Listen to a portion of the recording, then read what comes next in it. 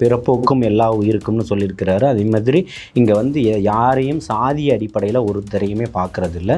எல்லாருக்கும் அவர் சமமான வாய்ப்புகளும். எல்லா உயிருக்கும் போது நம்ம ஒரு குறிப்பிட்ட சாதிக்கு அதிக பதவிகளை கொடுக்கறது எப்படி சரிப்பட்டு வரும்? 234 தொகுதியிலையுமே வந்து வேட்பாளர்களை நிறுத்துவதே தாவகவிற்கு சாத்தியமற்றது அப்படின்ற ஒரு கருத்தை அரசியல் விமர்சகர்கள் முன்வைக்கிறாங்க. அரசியல் விமர்சகர் ஆளுங்கட்சிக்கு ஜாலரா அடிக்கக்கூடியவர் சொல்லக்கூடியதுக்கெல்லாம் பதில் சொல்ல வேண்டிய அவசியமே கிடையாது. அதிகார பகிர்வுன்னு அறிவிச்சுமே கூட்டணிக்கு யாரும் ஏன் கொந்தளிக்கிறீங்க? யாருமே வரல. நாங்கள் பாட்டு ஏதோ விளையாடிக்கிட்டு இருக்கோம்னு நினச்சி உங்கள் வேலையை போய் பாருங்கள். இப்போது தமிழகத்தில் இருக்கக்கூடிய பல கட்சிகள் வந்து அதிகார பகிர்வு வேணும் அப்படின்ற ஒரு முழக்கத்தை தாங்க வச்சாங்க. தருவேன்னு சொன்ன தகுதியுள்ள தலைவர் தளபதி மட்டும்தான். அதை சொல்லுங்க.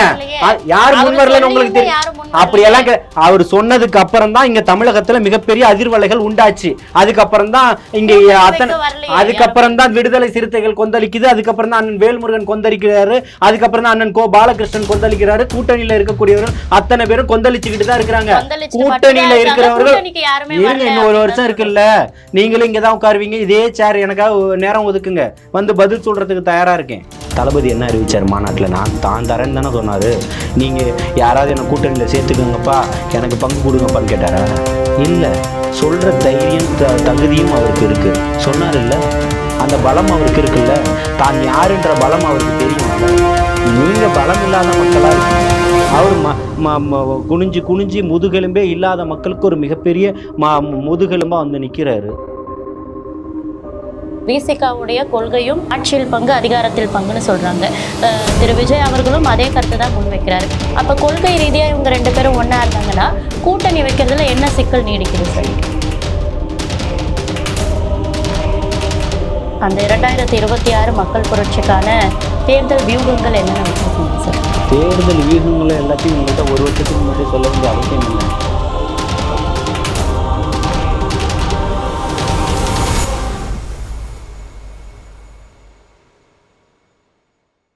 இப்போது தொடர்ந்து வந்து தாவேக்கா மீது வைக்கப்படுற ஒரு குற்றச்சாட்டு என்னென்னா, சாதியை பார்த்து தான் வந்து கட்சியில் பொறுப்புகள் வழங்கப்படுது அப்படின்னு சொல்கிறாங்க. அதிகமான பொறுப்புகள் வந்து பட்டியலினத்தவருக்கு கொடுக்கப்பட்டதாகவும் சொல்லப்படுது. அதனால ஆதிக்க சாதிகள் வந்து இப்படி ஒரு குற்றச்சாட்டை வைக்கிறாங்கன்னு பார்க்கலாமா சார்? அது அப்படியெல்லாம் ஒருபோதும் பார்க்கவே முடியாது. எல்லாரையுமே பிறப்போக்கும் எல்லா உயிருக்கும்னு சொல்லியிருக்கிறாரு. அதே மாதிரி இங்கே வந்து யாரையும் சாதிய அடிப்படையில் ஒருத்தரையுமே பார்க்கறது இல்லை. எல்லாருக்கும் அவர் சமமான வாய்ப்புகளும். எல்லா உயிருக்கும் போது நம்ம ஒரு குறிப்பிட்ட சாதிக்கு அதிக பதவிகளை கொடுக்கறது எப்படி சரிப்பட்டு? அதிக பதவி, அதான் சொல்கிறேன், அதிக பதவியை கொடுத்துட்டாங்கன்றதே முதல் வந்து மூடத்தனமான ஒரு நம்பிக்கை பேச்சு. அதை முதல்ல தவிர்த்துக்கணும். அப்படிப்பட்டவர்களுக்கு தான் பதவி வழங்குறதா இருந்தால், திருப்பவும் சொல்கிறேன், இது மிகப்பெரிய ஒரு அதிர்வலையை உண்டு பண்ணியிருக்கோம். அப்படி யாரோ ஒருத்தர் 2 பேர் கடந்து போகக்கூடிய விஷயத்த தனக்கு கிடைக்கலன்றதுனால தான் அவர் அந்த சாதியத்தை கொண்டு வந்து அங்கே நிலை நிறுத்துறாரு. நல்லா புரிஞ்சுக்கணும். ஒரு குற்றச்சாட்டை நிலை நிறுத்துறாரு. அதுக்காக வந்து தலைமை பார்க்கணும், அதுக்கெல்லாம் பதில் சொல்லிக்கிட்டு இருக்கணும். அவங்களுக்கு ஏகப்பட்ட வேலைகள் இருக்கு. அடுத்த மாவட்ட செயலாளர்களை அறிவிக்கணும், மாநில நிர்வாகிகளை அறிவிக்கணும், பூத் கமிட்டி அறிவிக்கணும், தேர்தல் வேலைகளை பார்க்கணும், தேர்தல் பரப்புரைகளை பார்க்கணும், தளபதியினுடைய சுற்றுப்பயணத்தை பார்க்கணும், 2026 தேர்தலுக்கான வேட்பாளர்களை தேர்வு செய்யணும், அவர்களுக்கான குழு அமைக்கணும், பொறுப்பாளர்களை போடணும், தமிழகம் முழுக்க பிரச்சாரத்துக்கு தளபதி அவர்கள் பயணம் பண்ணணும். இது போக தமிழகத்தில் நடக்கக்கூடிய அனைத்து பிரச்சனைகளையும் நேரடியாக களத்துக்கு வருவேன்னு சொல்லியிருக்கிறார். களத்தில் நின்று போராட்ட களத்தை சந்திக்கணும். இருக்கக்கூடிய கண்டன அறிக்கைகள், பொதுக்கூட்டங்கள், ஆர்ப்பாட்டங்கள், என்னென்ன விஷயங்கள் இருக்கோ அத்தனையுமே பங்கெடுக்க வேண்டிய விஷயம் இருக்கும். யாரோ ஒருத்தர் ஒரு மைக் இருக்குன்றதுக்காக சொல்லிட்டு போயிட்டாருன்றதுக்காக அந்த புள்ளியிலேயே நகர்ந்து சுத்திக்கிட்டு இருக்கக்கூடியது ஆரோக்கியமான அரசியலாக நிச்சயமா இருக்காது. இப்போது 234 தொகுதியிலையுமே வந்து வேட்பாளர்களை நிறுத்துவதே தாவகவிற்கு சாத்தியமற்றது அப்படின்ற ஒரு கருத்தை அரசியல் விமர்சகர்கள் முன்வைக்கிறாங்க. அரசியல் விமர்சகர் ஆளுங்கட்சிக்கு ஜாலரா அடிக்கக்கூடியவர் சொல்லக்கூடியதுக்கெல்லாம் பதில் சொல்ல வேண்டிய அவசியமே கிடையாது. 234 தொகுதிக்கு ஆள் நிறுத்தலாம் அவங்க கொண்டு வந்து கொடுக்க போகிறாங்களா? இல்லை நான் 2 தொகுதியில் வந்து நிற்கிறேன்னு சொல்ல போகிறாங்களா? சும்மா ஏதோ ஒன்று பேசணுன்றதுக்காக காசை வாங்கிட்டு ஆளுங்கட்சிக்கு ஆதரவாக இந்த பக்கமும் அந்த பக்கமும் பேசிக்கிட்டு இருக்கிறது அவர்களுடைய பொழப்பு. புரியுதுங்களா? அவர்களுடைய பொழப்பு எப்படி இருந்தாலும் அது இருந்துட்டு போகுது. அதை நம்ம வந்து டிஸ்டர்ப் பண்ணலாம். அவங்கள்ட்ட காசு வாங்கிட்டு பேசுகிறாங்களோ, அவர்கள் எதை எதிர்பார்த்து பேசுகிறார்களோ, சுய லாபத்துக்காக பேசக்கூடியவர்கள். அவரை ஒருபோதும் நாங்கள் அதெல்லாம் அவர்களெல்லாம் பெரிய ஒரு விஷயமாவே எடுத்துக்கிறதுல தமிழக வெற்றி கழகம் அதெல்லாம் கடந்து வந்தது தான். புரியுதுங்களா? இங்கே முதல்வரும் இருக்கக்கூடிய எதிர்க்கட்சிகளும் வசைபாடாத சொற்களா இதெல்லாம். புரியுதுங்களா? 234 தொகுதியிலையும் நிறுத்துறதுக்கு திராணியும் தகுதியும் தாராளமாக இருக்குது. புரியுதுங்களா?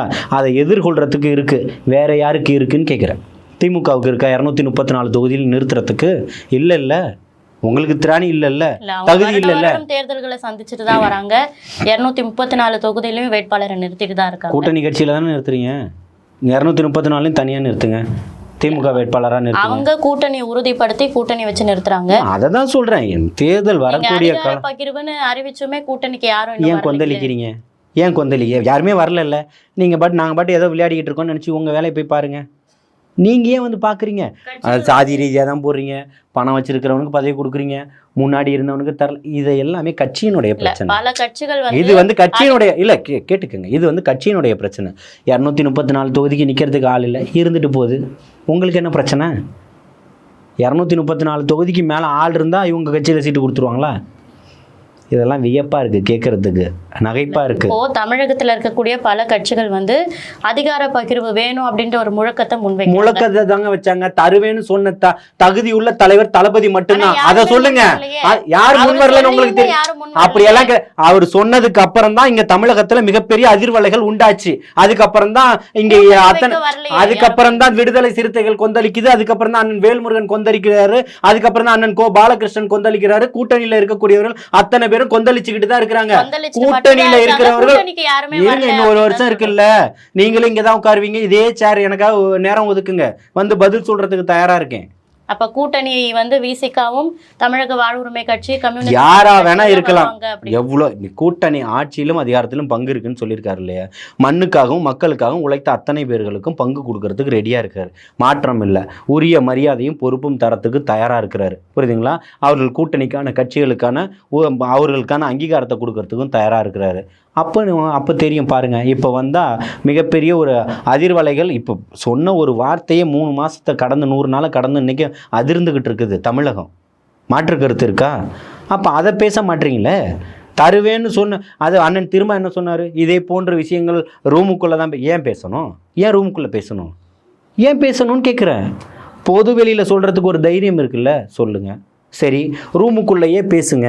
இத்தனை ஆண்டுகளாக இருக்கக்கூடிய திராவிட சித்தாந்தம் பேசக்கூடியவர்கள், சமூக நீதியை பேசக்கூடியவர்கள், நீங்கள் தான் எங்கள் கூட கூட்டணியில் பயணம் பண்ணிக்கிட்டு இருக்கிறன்றவர்கள் ஏன் இது வரைக்கும் ஒரு இது கூட கொடுக்கல? ஏற்கனவே நீங்கள் 10 எம்எல்ஏ விடுதலை சிறுத்தைகள் கொடுத்தீங்கல்ல, இந்த முறை ஏன் 6 சீட்டு கொடுத்தீங்க? அதில் 4 தானே ஜெயிச்சிருக்காங்க. ஏன் இப்போ பாகுபாடு பார்க்குறீங்க? ஏன் பிளவாதத்தை உண்டு பண்ணுறீங்க?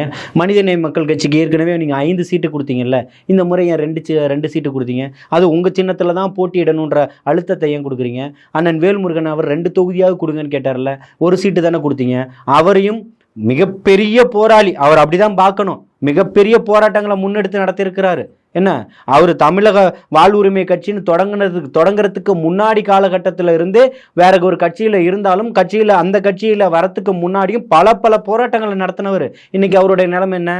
தன்னுடைய திமுகவினுடைய சின்னத்தில் கொண்டு வந்து உட்கார வச்சுக்கிட்டு திமுக உறுப்பினராகவே அவருடைய அவை குறிப்புகள் திமுக உறுப்பினராக தான் இருக்கும். மாற்றம் இருக்கா? இன்னைக்கு கொந்தளிச்சுக்கிட்டு இருக்கிறாரு. ஏன் பேசுறாரு? இல்லை, அந்த மாதிரி கொந்தளிக்கிறவங்க கூட அதிகார பகிர்வு இருக்குன்னு தெரிஞ்சு அப்படி போகாததுக்கு காரணம் வந்து ஒரு முறை கூட எங்க போகலன்றீங்க, மாத்திக்கங்க. இன்னும் திருப்பியும் சொல்கிறேன், இன்னும் 1.5 ஆண்டுகாலம் இருக்குது. அதில் இப்போ இந்த 2 மாதம் போயிடுச்சு. சரியாக சொல்லணும்னு ஒரு 15 மாதம் இருக்குது. இன்னும் 10 மாதம் கழித்து தமிழகத்தில் மிகப்பெரிய மாற்றங்கள் நிகழும். நீங்கள் பாருங்கன்னு தான் சொல்கிறேன். ஒருவேளை வந்து இடைத்தேர்தல்களை பயன்படுத்தி அந்த இடத்துல வந்து பலத்தை நிரூபித்திருந்தால் கூட்டணி கட்சிகள் இப்போவே வந்து போயிருப்பாங்களோ அப்படின்ற ஒரு கேள்வி எழுதுங்க சார். தேவையே இல்லை. எங்களுடைய பலம் என்னன்னு எங்களுக்கு தெரியும். அதனால தான் ஆட்சியிலும் அதிகாரத்திலும் பங்கு நாங்கள் தரோன்னு சொல்லியிருக்கோம் இல்லையா? தளபதி என்ன அறிவிச்சார் மாநாட்டில்? தான் தரேன்னு தானே சொன்னார். நீங்கள் யாராவது என்னை கூட்டணியில் சேர்த்துக்கங்கப்பா, எனக்கு பங்கு கொடுங்கப்பான்னு கேட்டாரா? இல்லை. சொல்கிற தைரியம் தகுதியும் அவருக்கு இருக்குது. சொன்னார் இல்லை, அந்த பலம் அவருக்கு இருக்குல்ல. தான் யாருன்ற பலம் அவருக்கு தெரியும்ல. நீங்கள் பலம் இல்லாத மக்களாக இருக்கீங்க. அவர் குனிஞ்சு முதுகெலும்பே இல்லாத மக்களுக்கு ஒரு மிகப்பெரிய முதுகெலும்பாக வந்து நிற்கிறாரு. வாங்க நம்ம பண்ணுவோம், புதிய ஒரு சரித்திரத்தை வரலாறை படைப்போம்னு சொல்கிறாரு. அதில் என்ன உங்களுக்கு மாற்று கருத்து இருக்கணும்? அப்போ இருக்குன்றதுனால தானே இவ்வளோ அதிர்வலைகள் எல்லாமே உண்டு பண்ணுது. அதை நோக்கி தானே இன்றைக்கி எல்லா பயணங்களும் போய்கிட்டு இருக்குது. அதுக்கப்புறம் தானே இன்றைக்கி அண்ணன் திருமாவர்கள் போன்றவர்கள்லாம் வரவேற்கத்தக்க விஷயம். விடுதலை சிறுத்தைகளினுடைய அஜெண்டாவும் அதுதான், கொள்கையும் அதுதான், ஆட்சியிலும் அதிகாரத்திலும் பங்கு வாங்க வேண்டியது தான் விடுதலை சிறுத்தைகளினுடைய கொள்கையாகவும் இருக்குன்றதை சொல்கிறாருல்ல. ரீதியாக ஒன்றுபட்டு இருந்தால் அவங்க கூட்டணி சேர்வதில் என்ன சிக்கல்? யார் கொள்கை ரீதியாக? இல்லை, இப்போது விசிகாவுடைய கொள்கையும் ஆட்சியில் பங்கு அதிகாரத்தில் பங்குன்னு சொல்கிறாங்க. திரு விஜய் அவர்களும் அதே கருத்தை தான் முன்வைக்கிறாரு.